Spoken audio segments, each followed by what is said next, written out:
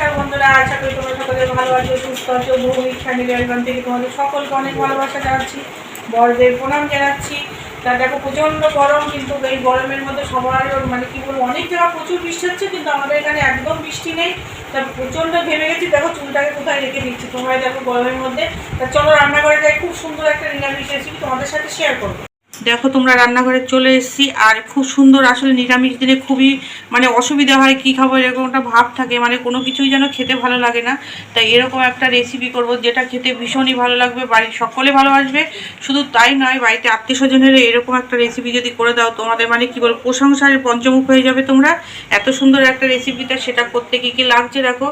এখানে দেখো সামান্য একটুখানি টমেটো নিয়েছি, বীজ ছাড়া, কাঁচা লঙ্কা নিয়েছি, ঝালটা তোমাদের সবসময় বলি তোমাদের স্বাদ মতো দেবে।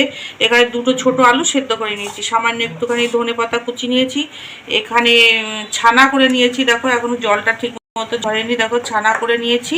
যেহেতু নিরামিষ ছানাটা দিতে হবে এমন কোনো প্রয়োজন নেই, ছানাটা দিলেও ভালো লাগবে, যেহেতু দুধ ছিল তাই ছানা করে নিলাম। আর এগুলো দিয়ে একটা রেসিপি তোমরা পুরোটা দেখো, না দেখলে বুঝতে পারবে না যে কি করব। আর এখানে দেখো পাঁপড় নিয়েছি। তা এখানে দেখো 6 পিস, বেশি ছিল না ঘরে আমার, 6 পিস না কি হবে 5 পিস, 6 পিস পাঁপড় আছে। দেখো খুব একটা ভালো না, একদম নর্মাল যে পাঁপড়গুলো হয় সেইগুলোই নিয়েছি। তা সেই পাঁপড় দিয়ে খুব সুন্দর একটা রেসিপি করব।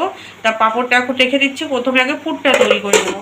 তা দেখো এখানে আমি কড়াই বসিয়ে দিয়েছি, গ্যাসও জ্বালিয়ে দিয়েছি। এখানে আমি সাদা তেল দেবো। দেখো সামান্য একটুখানি সাদা তেল দিলাম, দেবো একটুখানি গোটা জিরে,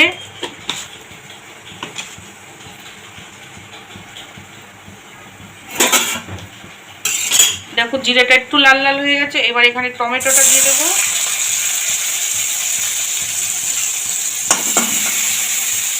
গ্যাসটা কমিয়ে দিচ্ছি। আর দেবো এখানে, যেহেতু অল্প আমি পাঁপড় নিয়েছি, অল্প পুর করবো, সেই বুঝে স্বাদ মতো এখানে আমি নুন দেবো,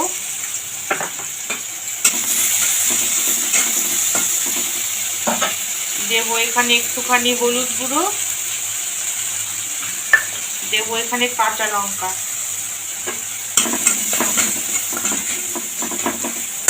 গ্যাসটা কমিয়ে দিয়েছি। আর এখানে যে আলুটা নিয়েছি দেখো, এই আলুটা এবার আমি হাতে সুন্দর করে ম্যাশ করে নেবো, সুন্দর করে। বেশি যদি মানে কি বলবো, গোটা গোটা ভাব যদি থাকে তাহলে তো ভালো লাগবে না, যতটা মিহি করা যায় সেইভাবে আমি এখানে এইভাবে আমি ভেঙে নিচ্ছি। আসলে আমি সবসময় হাত দিয়েই করি, তোমরা তো দেখোই যে হাত দিয়ে আমার বেশি ভালো লাগে। এই দেখো এরকম করে নিলাম।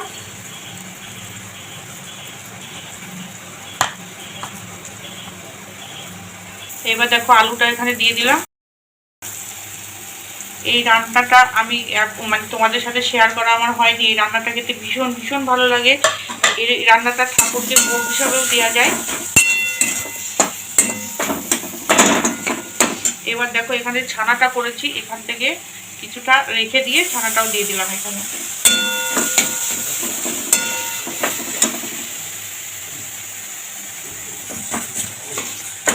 এখানে একদম সামান্য একটু আদা বাটা দেবো, একদম সামান্য।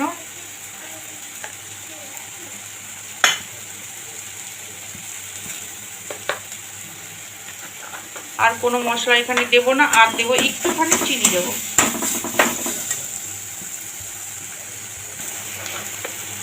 দেখো একটুখানি চিনি। ভালো করে এবার একটুখানি মিশিয়ে নেবো সব কিছু। আর দেখো হয়ে এসছে, 1 মিনিট মতো নেড়ে চেড়ে নামিয়ে নেবো। সব শেষে ধনেপাতা কুচিটা দিয়ে এবার একটু নেড়ে চেড়ে নামিয়ে নেবো। গ্যাসটা বন্ধ করে দিলাম। এখানে নামিয়ে ঠান্ডা হতে দেবো। দেখো পুরটা কিছুই নয়, পুরটা দিয়েও খেতেও কত ভালো লাগবে। এখানে জল নিয়ে নিয়েছি, এখানে একটা পাঁপড় এখানে দেবো। কারণ কি, পাঁপড়গুলো যদি নরম না করা যায় তাহলে কিন্তু এটা হবে না, সেই জন্য। আর দেখো এই পাঁপড়গুলো খুবই পাতলা, যে অনুষ্ঠান বাড়িতে যে পাঁপড়গুলো হয় না, এই সেই পাঁপড় আমার ঘরে ছিল। তা অনেক কিছু কী বলবো, অনেক পাঁপড় কালো জিরে দেওয়া হয়, সেটাও ভালো লাগে। দেখো এইভাবে জলটা ঝরিয়ে আমি এই থালাটার মধ্যে রেখে দিলাম।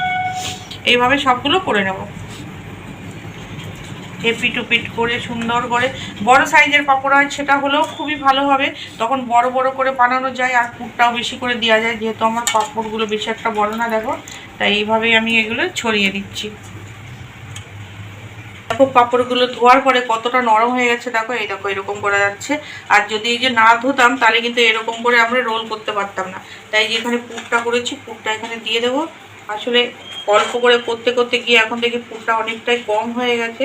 এবার আমি যে 7 পিস নিয়েছি হবে কিনা জানি না, যাই হোক যে কটা হয় সে কটাই খাবো, না শুধু দুপুরবেলাই হয়ে যাবে খাওয়া, আর কোনো ব্যাপার নেই। দেখো এই যে এরকম করে করব, এইভাবে করব, আর এইভাবে ভাঁজ করে দেবো, এইভাবে।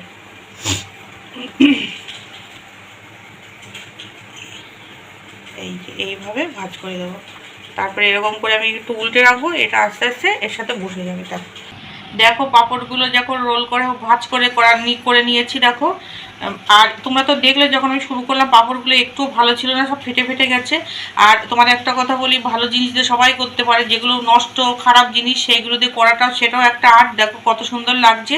তা চলো এবার তেলে এগুলো ভেজে নিই। দেখো এখানে আমি কড়াইতে 2 চামচ মতো তেল নিয়েছি, তেলটা গরম হয়ে গেছে। তা এখানে একটা পাঁপড় দিয়ে দেবো,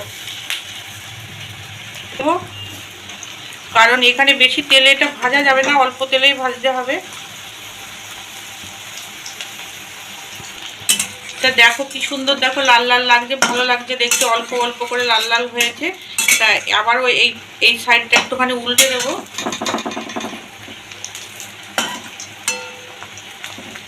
এটা উল্টে দেবো, এরকম করে পুরো পাঁপড় কটা ভেজে নেব। দেখো দুটো ভাজা হয়ে গেছে, বাকিগুলো ভেজে নিচ্ছি। দেখো সবগুলো পাঁপড় ভাজা হয়ে গেছে, আর খুবই সুন্দর লাগছে, পুরো ডিমের অমলেটের মতো লাগছে। তাই এবার আমি নামিয়ে নিচ্ছি। কড়াইতে তেল দেব, সাদা তেলে এই রান্নাটা হবে। ছোট দুটো আলু নিয়েছি, আলু দুটো ভেজে নেব। সামান্য একটুখানি নুন, একটুখানি হলুদ গুঁড়ো, লাল লাল হয়ে গেছে, এবার আমি নামিয়ে নিচ্ছি। গোটা জিরে ফোড়ন দিলাম, একটা শুকনো লঙ্কা, এখানে টমেটো দিয়ে দিচ্ছি।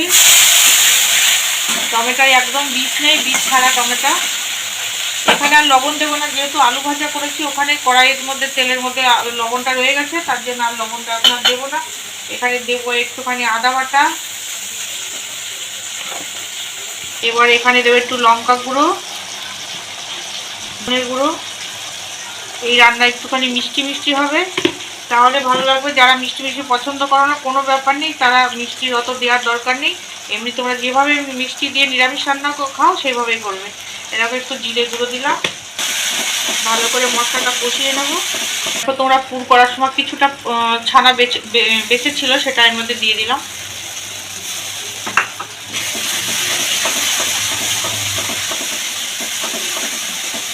এবার ভেজে রাখা আলুটা দিয়ে দেবো। সেটা সুন্দরভাবে কষানো হয়ে গেছে, আরও 1 মিনিট এইভাবে নাড়বো যাতে আলুটাও ভালোভাবে সেদ্ধ হয়ে যায়। এবার জল দিয়ে দিচ্ছি।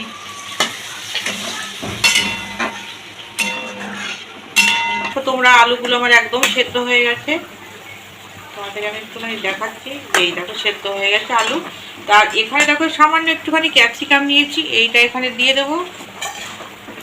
এখানে সামান্য একটুখানি নুন, নুনটা একটু কম হয়েছে। আর দেবো এখানে একটুখানি চিনি দেবো, কারণ পাঁপড়গুলো এখন আমি ছাড়বো, পাঁপড়গুলো দিয়ে বেশিক্ষণ এটা রান্না করা যাবে না, সেই জন্য যা যা দেওয়ার সব দিয়ে নিচ্ছি। এবার দেখো পাঁপড়গুলো ছেড়ে দিচ্ছি। 6 পিস পাঁপড় হয়েছে, কারণ পুরটা কম হয়ে গেছিলো আমার, তার জন্য আর একটা পাঁপড় আর করতে পারিনি। তোমাদের দেখিয়েছিলাম যে 7 পিস নিয়েছিলাম। দেখো কেউ বলবে এটা পাঁপড়ের তৈরি। দেখো এত শুনে হচ্ছে যে হয়তো মাছ হবে কিংবা হচ্ছে ডিম হবে, এরকম লাগছে। তা নিরামিষ দিনে ভালো খাবার হয় কিনা তোমরা দেখো কত সুন্দর লাগছে।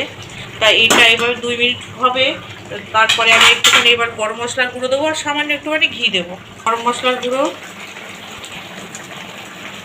সামান্য একটুখানি ঘি। রান্নাটা হয়ে গেছে, আমি গ্যাসটা বন্ধ করে দিলাম। দেখো এবার রান্নাটা হয়ে গেছে, ঢেলে নিচ্ছি। দেখো বন্ধুরা রান্নাটা একদম রেডি হয়ে গেছে, খুবই সুন্দর লাগছে। তোমরাও দেখে ঝটপট করে বানিয়ে ফেলো এরকম সম্পূর্ণ নিরামিষ এই পাঁপড়ের রেসিপি।